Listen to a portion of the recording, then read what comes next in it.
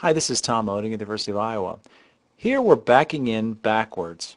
By backing in we mean that the first-year resident does the back part of the third-year resident's case.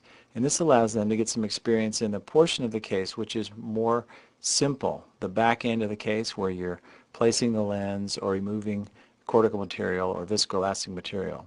Here you can see that the first year is placing the inocular lens in a case that has been done perfectly so far by the third-year resident.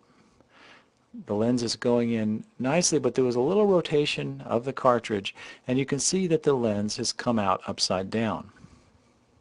Now it takes you a while to figure that out, but it's clearly upside down, as you can see by the way the haptics leave the optic.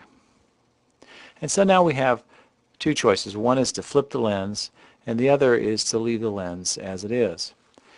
If we leave the lens as it is, there will be a shift in refractive power from this lens because there's more refractive power on the front surface than on the back surface.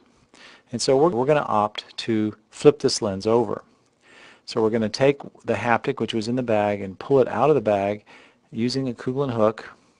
And so now we have a third-year resident that's back sort of in the saddle running the things. We're going to put some viscoat above and below the inocular lens. One of our main goals as we flip this lens is to preserve the endothelial cells. But we do have quite a amount of room because the anterior chamber depth is probably 4 millimeters and the depth of the original cataractus lens was 4 millimeters. And so we have about 8 millimeters or so to play, and we only need a few millimeters above the plane of the anterior capsule to flip this over. And so you can see that with the Drysdale low and the Kugel high, we flip the lens over.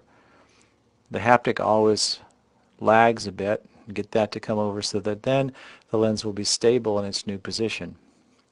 Now you can see that clearly the inocular lens is right side up. You can see that the haptic optic interface is as you'd expect so that it's easy to rotate for a right-handed surgeon. And now the lens is completely in the bag and the lens is right side up.